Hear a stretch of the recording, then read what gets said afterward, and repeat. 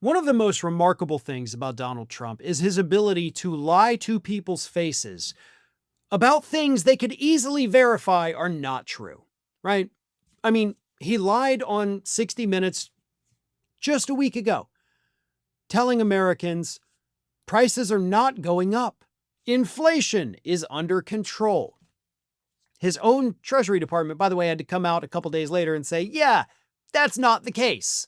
So even his own administration is at the point where, like, dude, we can't keep covering for you because the data is available for everybody.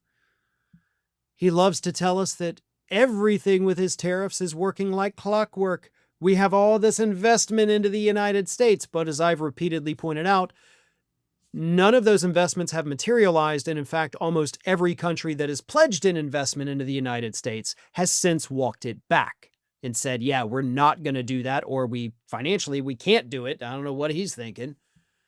And of course, one of his biggest lies throughout the entire year is that crime is out of control. He told us during the campaign last year, remember, they're eating the cats, they're eating the dogs. And of course, the famous, you can't walk across the street to buy groceries without getting murdered. Yeah. Those were things he said. We may have forgotten about them, we may have put it in the back of our minds, but let's not forget this man has been pushing this narrative. Republicans have, ever since Biden came into office. Crime is out of control. That's why I got to send in the National Guard. That's why I may send in the Marines, maybe even SEAL Team 6 to take out all these criminals. But as per usual, statistics tell a completely different story. Here is the latest set of crime data from the first 9 months of just this year. Chicago led the nation with a 22.1% drop in overall violent crime during the first 9 months of 2025. The city did record the most homicides of any city last year, but its homicide rate didn't even crack the top 20 among major American cities, according to Kash Patel's FBI.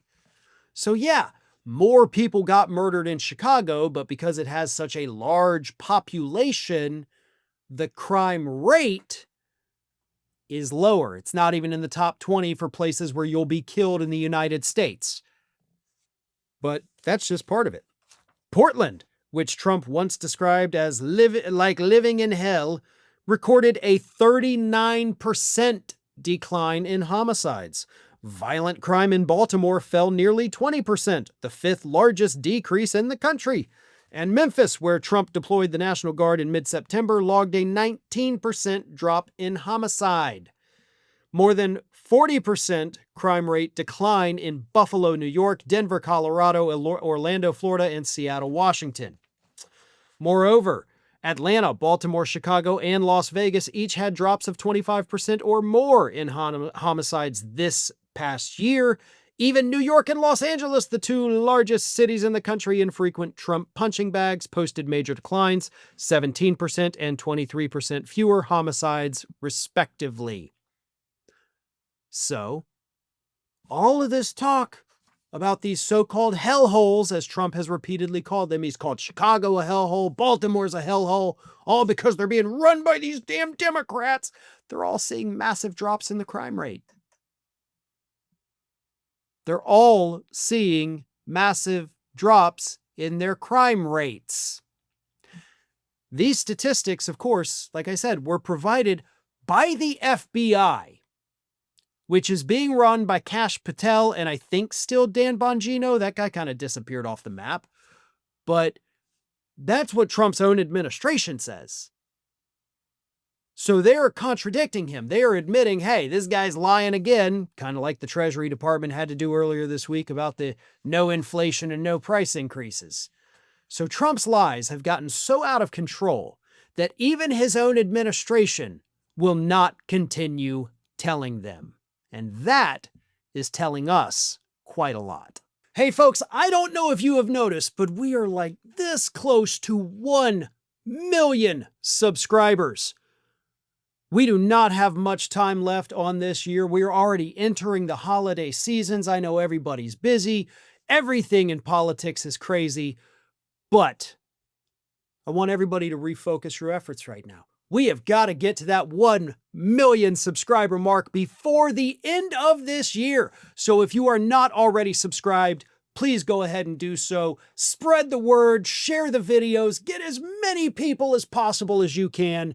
Not just because we want to hit 1 million subscribers, which we definitely do, but most importantly, politics, real voices talking about politics, is becoming increasingly rare.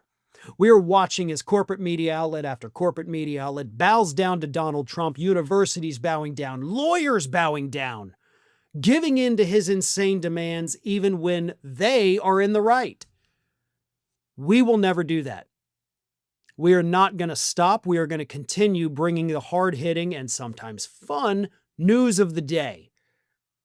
We're not afraid of anyone. We're not afraid to tackle any issue. So again, you want to keep this going. You want good, unfiltered news that you can easily digest and move on with your day. Subscribe to Fair and Balanced and spread the word. Get more people on board, and let's hit that 1 million subscriber mark before the end of this year.